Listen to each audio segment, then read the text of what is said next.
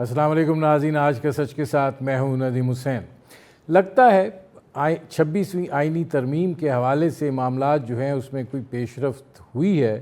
کل جو لاہور کے اندر ایک بڑا کھانا ہوا تھا جس کے اندر مسلم لیگ نواز کے صدر میاں نواز شریف، وزیر اعظم پاکستان جناب شہباز شریف، صدر پاکستان آصف علی زرداری، پاکستان پیپلز پارٹی کے چیئرمین بلاول بھٹو زرداری اور جمعیت علماء اسلام کے مولانا فضل الرحمان سب اکٹھے ہوئے اور اس حوالے سے جو ہے وہ گفت و شنید ہوئی۔ رات کے جو میڈیا سے پھر گفتگو ہوئی اس کے اندر یہ تاثر ابھر کر سامنے آیا جو کہ مولانا فضل الرحمان صاحب کی گفتگو سے عیاں تھا کہ عدالتی اصلاحات تک معاملات جو ہیں اس میں ہم آہنگی جو ہے وہ آئی ہے، لیکن چہرے کے تاثرات اور باڈی لینگویج جو ہے وہ کافی اس میں تناؤ جو ہے وہ دکھائی دے رہا تھا اور مطمئن صورتحال نظر نہیں آتی تھی۔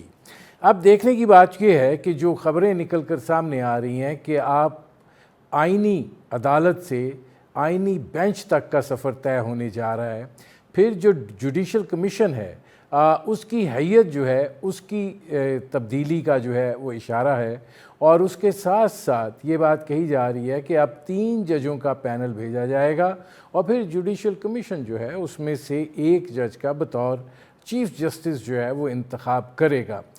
معاملات اگر اسی نوعیت کے تھے تو پھر یہ جو اتنی دھما چوکڑی مچی ہوئی تھی اس کی کیا وجہ تھی؟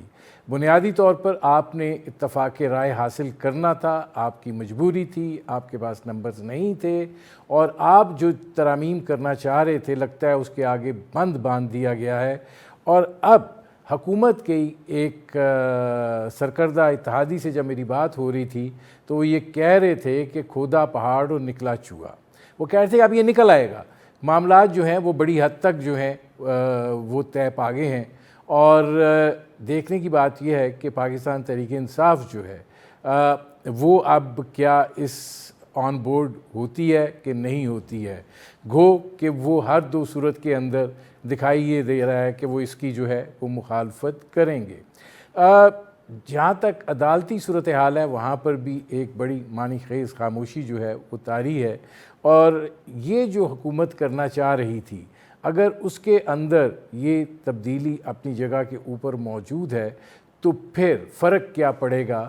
وہ جو ایک الگ تصور تھا کہ ایک آئینی عدالت ہی الگ بنا دی جائے گی، اور وہ جو تصور تھا کہ دوسرے کیسز جو ہیں وہ موجودہ سپریم کورٹ دیکھے گی اور پھر اس طریقے سے جو ہے کام کو بھی ڈیوائیڈ کیا جائے گا اور سپریم کورٹ کو بھی جو ہے محدود کیا جائے گا، لگتا یہ ہے کہ حکومت کا وہ خواہش جو ہے وہ پوری نہیں ہونے جا رہی ہے۔ اب اس کے اوپر ابھی بھی بات چیت جو ہے وہ اس کا سلسلہ جو ہے وہ جاری ہے، اور قومی اسمبلی اور سینٹ کے اجلاس ہو رہے ہیں۔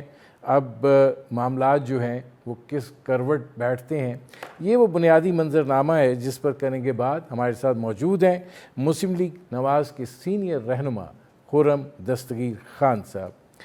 خرم صاحب، پھر آپ اور پاکستان پیپلز پارٹی جو ہے وہ ایک قدم نہیں خاصا پیچھے ہٹتے ہوئے دکھائی دے رہے ہیں کہ آئینی عدالت سے آئینی بینچ تک، تو آپ کیا کہیں گے؟ مطلب پھر یہ اتنا زیادہ جو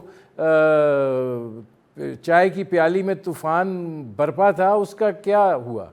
جی ندیم صاحب بہت شکریہ، اور وہ سب ہمارے میڈیا کے اور دوسرے لوگ جو اس بات پر کچھ اظہار کرتے تھے شک کا جمہوریت کے بارے میں، آپ نے جمہوریت کو ان ایکشن دیکھا ہے پچھلے 4 ہفتے میں۔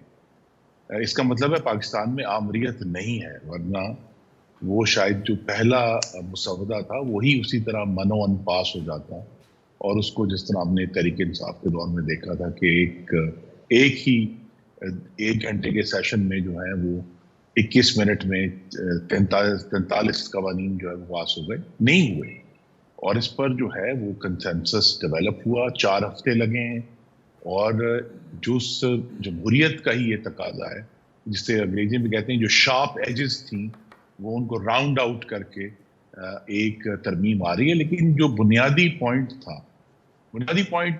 تھا اور رہے گا کہ موجودہ حالت میں جو سپریم کورٹ ہے وہ نہیں چل سکتا. اس میں کہیں نہ کہیں ہمیں ضرور اصلاح کرنی ہے اور وہ اصلاح انشاءاللہ اس آئینی ترمیم کے تھرو ہو جائے. نہیں، آپ کہہ رہے ہیں جمہوریت جو ہے یہ اس کا تقاضا تھا، یہ نہیں آپ سمجھتے کہ یہ آپ کی مجبوری کا تقاضا تھا؟ کیونکہ آپ کے پاس تو نمبرز تھے ہی نہیں.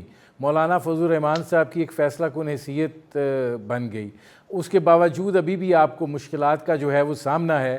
تو آپ کو اس ترمیم کے حوالے سے مولانا فضل الرحمان صاحب تک جو ارد گرد اپوزیشن سے وہ مشاورت کرتے رہے، ان کو جو ہے آپ کو اکوموڈیٹ کرنا پڑا، اس کے علاوہ آپ کے پاس کوئی چارہ کار ہی نہیں تھا. نہیں تو پھر دیکھیے نا، اس کا مطلب ہے کہ ملک میں آمریت نہیں ہے. میں جو آرگیو کر رہا ہوں کہ اگر، اور کھل کر بات کر، کہ اگر اسٹیبلشمنٹ کے ڈنڈے کے ذریعے جو ہے ساری جماعتوں کو ہانکا جا سکتا ہوتا تو وہ ہو جاتی اسی وقت ترمیم 4 ہفتے پہلے. نہیں ہوئی. اس کا مطلب ہے کہ کہیں نہ کہیں وہ سب لوگ جو پاکستان میں جمہوریت کی صحت کے بارے میں جو ہے بڑے قنوتی قسم کے خیالات پیش کرتے ہیں، ان کے سامنے پچھلے 4 ہفتے رکھنے ہیں اور ان کے سامنے یہ بات ہے کہ ٹھیک ہے، حکومت نے اس وقت ایک کوشش کی، اس میں کامیابی نہیں ہوئی، اور پھر وہ ساری جو شارپ ایجز تھیں وہ اب راؤنڈ ڈاؤن ہو کے تو ترمیم ہونے جا رہی ہے، اور ایک آئینی اور جمہوری تقاضا ہے. لیکن جو بنیادی پوائنٹ ہے جو کہ ابھی اس سے پہلے پریکٹس اینڈ پروسیجر ایکٹ میں بھی ہوا ہے کہ پارلیمان کا جو استحقاق ہے دوسرے آئینی ستونوں کے بارے میں قانون سازی کا، اس کا ایک بھرپور اعادہ ہونے جا رہا ہے. ناظرین، خرم دستگیر خان صاحب سے ہماری گفتگو جاری ہے. وقت ہوا ایک مختصر سے کمرشل بریک کا، ملتے ہیں اس وقت. Welcome back. ناظرین، میری آج کی مہمان شخصیت پاکستان مسلم لیگ نواز کے سینئر رہنما خرم دستگیر خان، ان سے ہماری گفتگو جاری ہے. دیکھیں، آپ کی پارٹی کی طرف سے خاص طور پہ خواجہ آصف صاحب نے خدشات کا بھی اظہار کیا تھا. آپ بھی یہ کہہ رہے ہیں کہ موجودہ حالت میں جو سپریم کورٹ ہے، معاملہ جو ہے وہ نہیں چل سکتا، اصلاح جو ہے وہ کرنی ہوگی.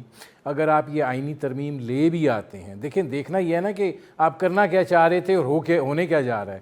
اگر آپ یہ آئینی ترمیم لے بھی آتے ہیں تو 3 ججوں کا پینل آتا ہے اور اس میں سے ایک نے چیف جسٹس بننا ہے. تو گزارش یہ ہے کہ سینئر ترین پھر جج دیکھ لیں نا، جسٹس منصور علی شاہ ہیں، جسٹس منیب اختر ہیں، یا افریدی ہیں. تو جو آپ بات کر رہے ہیں، آپ کا جو مطمع نظر معاملہ تھا وہ تو نہیں آپ کو مل رہا. دیکھیں نا، یہی تو پھر بات واضح ہوگی نا کہ مطمع نظر کسی ایک شخص کی کو روکنا نہیں تھا، نہ ہی کسی ایک شخص کو لے کر آنا تھا. اور اسی کو جمہوریت کہتے ہیں. یہی آئین ہے کہ حکومت کی جو بھی ذاتی اگر کوئی پسند ناپسند تھی بھی، وہ اس کو آئین کے سامنے جو ہے وہ سر تسلیم خم کرنا پڑا ہے. اور اس جمہوریت کے لیے اور اس اکثریت کے لیے جو آئین کہتا ہے، اس کے لیے پھر جو تمام ذاتی پسند اور ناپسند کے ایشوز تھے ان کو سائڈ پر رکھنا پڑا ہے. تو یہ ایک کامیابی ہے، اور پارلیمان کی بھی کامیابی ہے، جمہوریت کی بھی کامیابی ہے. اس میں حکومت کو اگر اپنے جو میکسیملسٹ مقاصد تھے وہ حاصل نہیں ہوئے، لیکن منیملسٹ مقاصد حاصل ہو رہے ہیں. لیکن گزارش یہ ہے خرم دستگیر خان صاحب کہ ابھی بھی حکومتی بینچوں یا حکومتی اتحاد کے چہروں پہ ہوائیاں اڑی ہوئی ہیں. کیا یہ مقصود یہ تھا کہ جو پہلا ڈرافٹ تھا اسی کو منظور کروانا تھا، اور اب یہ جو تبدیلیاں ہو رہی ہیں وہ کسی جگہ کے اوپر قابل قبول نہیں ہیں؟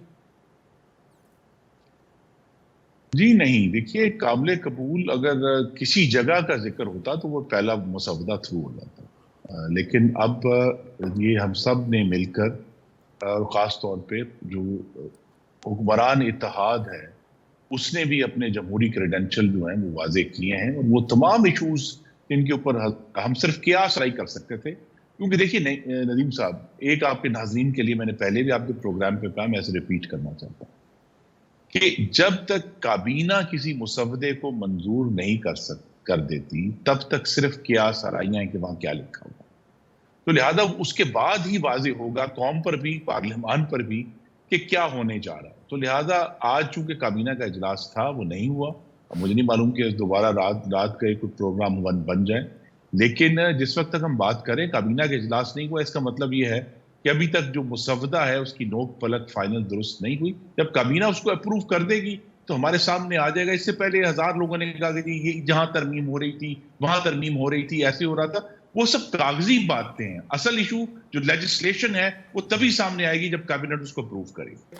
خرم صاحب یہ فرمائیے گا کہ یہ جو اب جو طریقہ کار ایڈاپٹ کیا جائے گا، جوڈیشل کمیشن جو ہے اس کی بھی حیثیت کو جو ہے وہ بدلنے کا اندیا دیا جا رہا ہے، کیا اس میں ہو سکتا ہے، کیا اتفاق رائے اس حوالے سے پایا جاتا ہے؟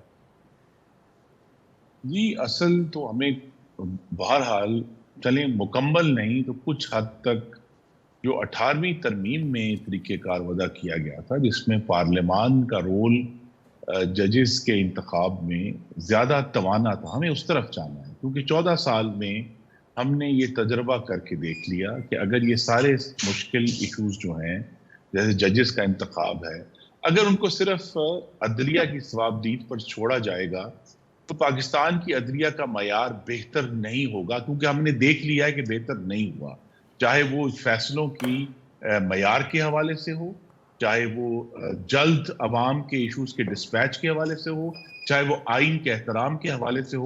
جو 14 سال پہلے 19ویں ترمیم کے بعد جو طریقہ کار وضع کیا گیا تھا وہ پاکستان کی ریاست کے لیے، عوام کے لیے اور حاکمیت کے لیے سازگر ثابت نہیں ہوا. تو لہٰذا ہمیں دوبارہ اس کو دیکھا جا رہا ہے، اور اسی لیے دیکھا جا رہا ہے کہ ججز کی جو تعیناتی ہے، چیف جسٹس کی تعیناتی ہے، ان سارے ایشوز کو دیکھ کر جو ہے بہتری لانے کی ایک کوشش ہے، اصلاح کی کوشش ہے. اس میں بہت ساری باتیں ہمیں نئی کہانیاں بھی سنائی گئی ہیں، basic structure of the constitution.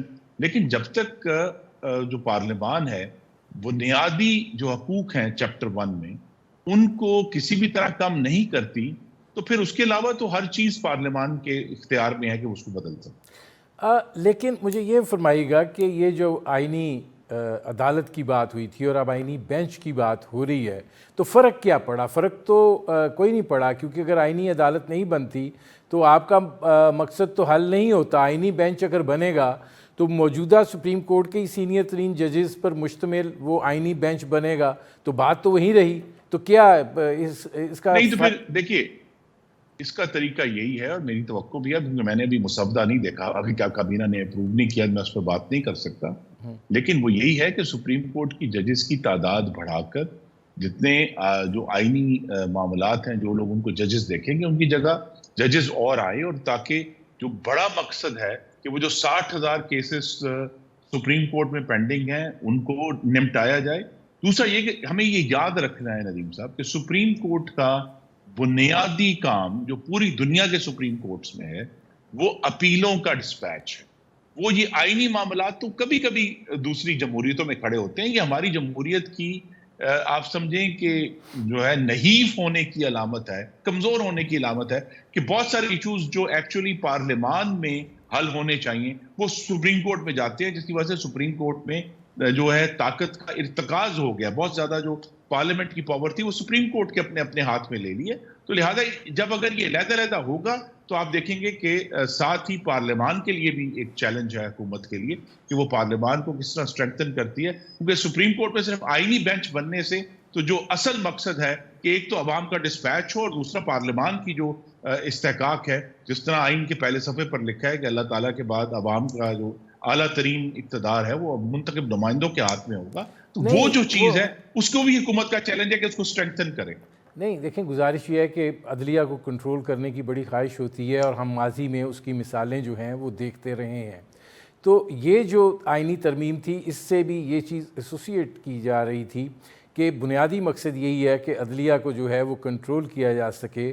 اور یہ جو جس طریقے سے فیصلے آ رہے ہیں، کچھ کو پسند ہیں، اس وقت اقتدار میں جو لوگ ہیں ان کو ناپسند ہیں، ان کو یہ بھی کہا جا رہا ہے کہ یہ آئین اور قانون کے تحت نہیں ہے. تو یہ ایک آئینی عدالت بنا کر اس معاملے کو جو ہے کسی حد تک کنٹرول میں جو ہے وہ لایا جا سکے. تو جب مطمع نظر یہ تھا تو آپ کو لگتا ہے نتیجہ آپ کی خواہش کے مطابق اب آئے گا؟ ندیم صاحب، مطمع نظر یہ نہیں تھا. پاکستان کی سب سے زیادہ کنٹرولڈ عدالت اس وقت تھی جب یہ ترمیم کی کسی کو خبر بھی نہیں تھی، اور وہ آج سے 7 سال پہلے تھی جب محمد نواز شریف کو ناحق اور بالکل غلط طریقے سے ڈسکوالیفائی کیا گیا. وہ کنٹرولڈ عدالت تھی. وہ کنٹرول عدالت تھی جس نے پھر نواز شریف کو صدارت سے ہٹایا. وہ کنٹرول عدالت تھی جس نے مسلم لیگ نون کے سینٹ کے اراکین سے ان کا نشان چھین لیا. کنٹرول عدالت وہ تھی جس نے ابھی 2 سال پہلے، زیادہ عرصہ نہیں گزرا، پرویز الہی کیس میں 63A دوبارہ لکھ ڈالا. اور وہ کنٹرول عدالت تھی ہم نے دیکھا ہے کہ کنٹرول اور ناٹ کنٹرول، جس نے ابھی جو سنی اتحاد کونسل کیس میں آئین کے چیچڑے کر دیے. تو لہذا کنٹرول اور ناٹ کنٹرول، اس کا آئینی ترمیم جو ہے، اصل مقصد یہی ہے کہ کچھ اس سارا نظام جو ہے، جو 19ویں آئینی ترمیم کے بعد 2010 میں نے بھی اس کو ووٹ دیا تھا، جو ایک ہم نے نظام وضع کیا تھا، وہ نظام نہیں چل سکا پاکستان کے عوام کو، ریاست کو اور حاکمیت کی مدد کرنے میں. تو لہذا ایک اس میں خرم دستگیر خان صاحب گزارش یہ جا رہی ہے تاکہ ہم آگے بڑھ سکیں. نہیں، اس میں گزارش یہ ہے کہ اب یہی جس شکوے کی تسلسل آپ نے بیان کیا ہے، اس کے جواب شکوہ کا موجودہ جو عدالت ہے تسلسل پاکستان تحریک انصاف لے کر گھوم رہی ہے. اب معاملہ یہ ہے کہ آپ نے کنٹرول عدالت میں سنی اتحاد کونسل کے فیصلے کو بھی شامل کیا ہے. کیا آپ کو شکایت جو ہے کچھ ججوں سے ہے یا بحثیت مجموعی عدلیہ سے؟ جی، ہماری شکایت یہ ہے کہ چاہے وہ کسی دباؤ کے تحت ہوں یا وہ اپنے ذاتی مفادات کے تحت ہوں، پاکستان کی عدلیہ تاریخی طور پہ 1953 میں تمیز الدین کیس سے لے کر آج تک چند فیصلوں کے علاوہ اس نے پاکستان کی جمہوریت کو نقصان پہنچایا ہے. اور یہ جو ہے آئین کو دوبارہ لکھا ہے، آمروں کو آئینی جواز فراہم کیا ہے، آمروں کو آئین میں ترمیم کی اجازت دی ہے. تو یہ جو سارا ایشو ہے کہ ہم عدلیہ کو، ہماری خواہش ہوتی ہے ہم سب کی کہ ہم ایک اعلیٰ اخلاقی اور قانونی پیڈسٹل پر رکھیں. لیکن یہ بات اب واضح ہو گئی ہے ملک بننے کے 70 سالوں کے بعد کہ پارلیمان کی نگرانی کے بغیر عدلیہ بھی اپنا کام درست طریقے سے نہیں کرے گی. اس لیے میں یہ سمجھتا ہوں کہ یہ جس بھی صورت میں ترمیم آتی ہے وہ پاکستان میں جمہوریت اور آئین کی سربلندی کی طرف پیش رفت ہو. نہیں، لیکن یہ فرمائیے گا کہ آپ جو بات کر رہے ہیں، آج آپ حکومت میں ہیں، آپ آئینی ترمیم لا رہے ہیں، کل دوسرا حکومت میں آئے گا، وہ اس چیز کو مناسب نہیں سمجھے گا، وہ اپنا ایک طرز جو ہے وہ لے آئے گا. تو کیا آپ کو لگتا ہے کہ اگر آپ آئینی بینچ بنا لیں گے اس سے مسئلہ حل ہو جائے گا اور وہ فیصلے کرے گا کہ جس پر آپ معترض نہ ہوں، یا یہ کہ پھر جو ججز لائے جائیں وہ ایک پارلیمان کے ذریعے جو ہے پھر اپنے پسندیدہ ججز لے آئے جائیں؟ ججز عدلیہ کی آزادی کیسے انشور ہوگی اس ترمیم کے ذریعے؟ جی دیکھیے، یہی تو ہمیں دکھ ہے کہ 2024 میں ہم آ گئے ہیں، 14 سال سے 19ویں آئینی ترمیم ہے. جس بھی طرح کی ایک اس وقت سوچے گئی تھی آئینی اسکیم، اس نے ڈیلیور نہیں کیا. جب ججز کے اوپر، اعلیٰ عدالتوں کے اوپر یہ اعتبار کیا گیا کہ وہ اگر نئے آنے والے ججوں کا جو ہے وہ چناؤ کریں گے اور وہ بہتر ہوگا، اس سے ججوں کی اور ان کی ججمنٹس کی کوالٹی میں بہتری نہیں آئی. تو ججوں کا اوورآل جو کانڈکٹ ہے پاکستان کی اعلیٰ عدلیہ کا، اس میں وہ بہتری نہیں آئی. تو لہٰذا ہمیں عدلیہ جس کا بہت یعنی سیاسی وجوہات کی بنا پہ بھی پہلے سے زیادہ بہت کردار ہے پاکستان کی حاکمیت میں، ایک اقتدار کس کے پاس جائے گا اس میں ان کا کردار ہے. لہذا اب اس کو ایک سمجھیں کہ ایک پاور سینٹر کے طور پہ اس آئین میں جو اسکیم ہماری دی ہوئی ہے یہ اس کا حصہ ہے.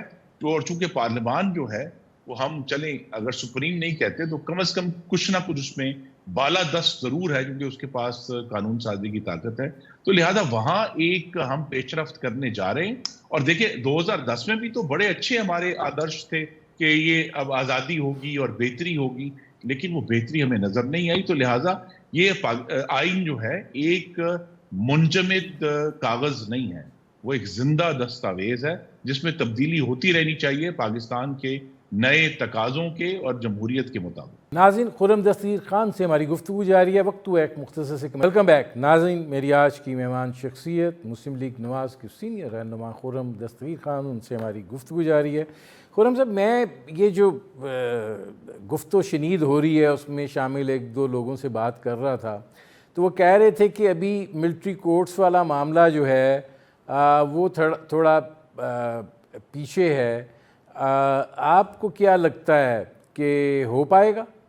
جی، پاکستان میں چونکہ ایک بار پھر جو ہے وہ دہشت گردی کی لہر بڑے زور سے اٹھی ہے اور بڑے ہمارے تشویشناک واقعات ہوئے ہیں، اور اس کے باوجود بہرحال حکومت نے ایک بڑا چیلنج عبور کیا ہے ایس سی او کی کانفرنس کو کروا کے، لیکن اس کے لیے جس قسم کے غیر معمولی سیکیورٹی اقدامات کرنے پڑے، اس سے ظاہر ہے کہ ہمیں بہرحال ایک بہتر عدالتی نظام کی ضرورت ہے۔ اور ملٹری کورٹس اس طرح پہلے بنائے گئے تھے، اگر وہ سن سیٹ کلوز کے ساتھ، یعنی ان کو 2 سال کا وقت دے دیا جائے یا جتنے بھی وقت پارلیمان سمجھے گی، اگر ان کو وقت دے دیا جائے تو اس لہر سے نمٹنے میں ہمیں آسانی ہوگی۔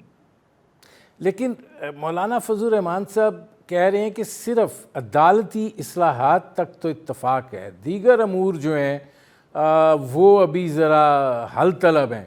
تو آپ کو لگتا ہے کہ حکومت جو ایک پورا آئینی پیکج لانا چاہ رہی تھی وہ لا پائے گی؟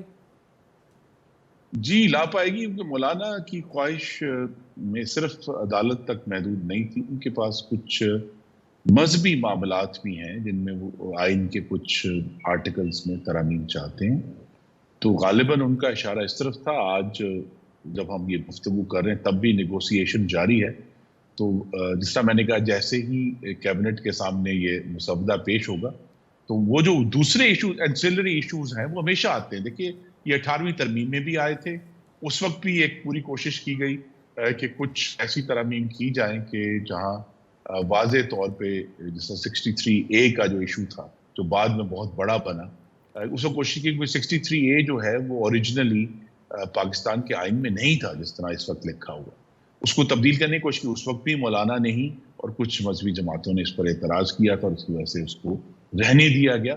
اس طرح کے ایشوز ہمیشہ اٹھتے ہیں، تو جو آئی تھنک اگر بنیادی جو پیش رفت ہے اس پیکج کی، جو کہ عدالتی اصلاحات ہے، اگر اس پر کنسنسس ہو گیا تو دوسرے ایشوز تو اتنے زیادہ اہم نہیں ہیں، ان کو موخر بھی کیا جا سکتا ہے، یا ان میں کچھ اگر لچک ہے حکومت کے پاس تو وہ ان کو شامل بھی کیا جا سکتا ہے۔ نہیں تو یہ مذہبی معاملات کیا ہیں، کچھ ذرا روشنی ڈالیں گے؟ جی، میں بہتر ہے کہ میں، کیونکہ اس کے مندرجات جو ہیں وہ ابھی ڈسکشن میں ہو رہے ہیں، تو وہ اس پر ڈسکشن نہ ہی کی جائے، لیکن یہ پیکج جو ہے وہ بہت جلد اب مکمل ہو کے سب کے سامنے آ جائے گا۔ لیکن آج بھی شہباز شریف صاحب آصف زرداری صاحب کے پاس گئے ہیں اور ان معاملات کے اوپر گفتگو ہوئی ہے۔ یہ جو اس آئینی ترمیم کے اوپر ایک پورا وار زون آپ نے قائم کیا ہوا ہے، یہ آپ کو لگتا ہے کہ مولانا صاحب کو ملا کے آپ تھرو کر لیں گے یہ آئینی ترمیم؟ جی، ہمیں توقع ہے، کیونکہ اگر مولانا شامل ہوتے ہیں جیسے کہ ہمیں توقع ہے، تو پھر جو ہے وہ بہت کم فرق رہ جاتا ہے، اور اس کے لیے سینٹ میں بھی اور قومی اسمبلی میں آزاد اراکین، نامنلی آزاد، یہ نہیں کہ جو ان کو سپریم کورٹ نے کہا کہ کسی جماعت کے رکن ہیں، آزاد اراکین کی جو تعداد اتنی ہے کہ اس پیکج کو تھرو کیا جا سکتا ہے۔ نہیں تو وہ جو پاکستان تحریک انصاف کلیم کر رہی ہے، اور اب دیکھیں نا معاملات لٹکے ہوئے بھی ہیں نا، چاہے الیکشن کمیشن میں لٹکے ہوئے ہیں، اسپیکر صاحب 2 خط لکھ رہے ہیں، تو یہ سارا تو ہوا میں ہی ہے نا سچویشن۔ اس کو آپ اگر کریں گے، کل کو عدالت میں چیلنج ہوتا ہے تو پھر یہ دیکھیے، یہی تو یہ جو آئینی ترمیم ہے، جو کہ اصل میں تو بڑی ایک پیچیدہ معاملہ ہے عدالتی اصلاحات کا، اور اس کے بارے میں بہت ساری جو ہے وہ جس کا میں نے کچھ اظہار بھی آپ کے سامنے کیا ہے، کوشش کی ہے کہ آسان زبان میں بات کی جائے، لیکن یہ مشکل معاملات ہیں کہ عدالت کی ریگولیشن کیسے ہوگی۔ لیکن یہ جو ہے اب آئینی ترمیم جو ہے وہ اصل میں تو ایک بڑی جنگ کا ایک استعارہ بن گئی ہے، تو لہٰذا اس میں بہت سارے ایشوز جو ہیں پاکستان کی گورننس کو آگے لے کر چلنے کے، وہ ہیں جو ہمارا پاکستان کو ایک فاشسٹ چیلنج درپیش ہے تحریک انصاف کی طرف سے، اس کا بھی سامنا ہے کہ کیا مستقل طور پہ اگر ایک جماعت جو ہے حملہ آور ہے ریاست کے اوپر تو اس سے کیسے ڈیل کرنا ہے. ایک ایسی جماعت جو بھارتی وزیر خارجہ کو دعوت دیتی ہے کہ وہ آ کے ان کے احتجاج میں شرکت کریں, کیا ایسی جماعتیں جو ہیں پاکستان میں ان کی موجودگی ہوگی نہیں ہوگی, کیسے ہوگا, ان کی موجودگی میں معاملات کو کیسے لے کر چلیں گے, یہ ساری چیزیں جو ہیں وہ اس آئینی ترمیم جو ہے وہ ایک ستارے کے طور پہ اب اس بن کا گئی حصہ ہے. بنی. تو چلے آپ نے یہ تو تسلیم کر اسی لیے لیا حکومت جو کہ ہے وہ یہ اسی شہباز شریف صاحب جو ہیں وہ صدر مملکت کے پاس گئے ہیں تاکہ اس سارے معاملے کو خوش اسلوبی سے مکمل کر کے پاکستان جس نے مشکل سے معاشی استحکام حاصل کیا ہے وہ آگے بڑھ سکے. چلیں آپ نے یہ تو تسلیم کیا نا کہ یہ آئینی ایک بڑی جنگ کا استعارہ بن گئی ہے. میرے پروگرام کا وقت ختم ہو رہا ہے. بہت شکریہ خرم دستگیر خان صاحب. ناظرین یہ تھے مسلم لیگ نواز کے سینئر رہنما خرم دستگیر خان, ان کی آپ نے گفتگو سنی. اب تک کے لیے اتنا ہی, اجازت دیجیے, اللہ حافظ.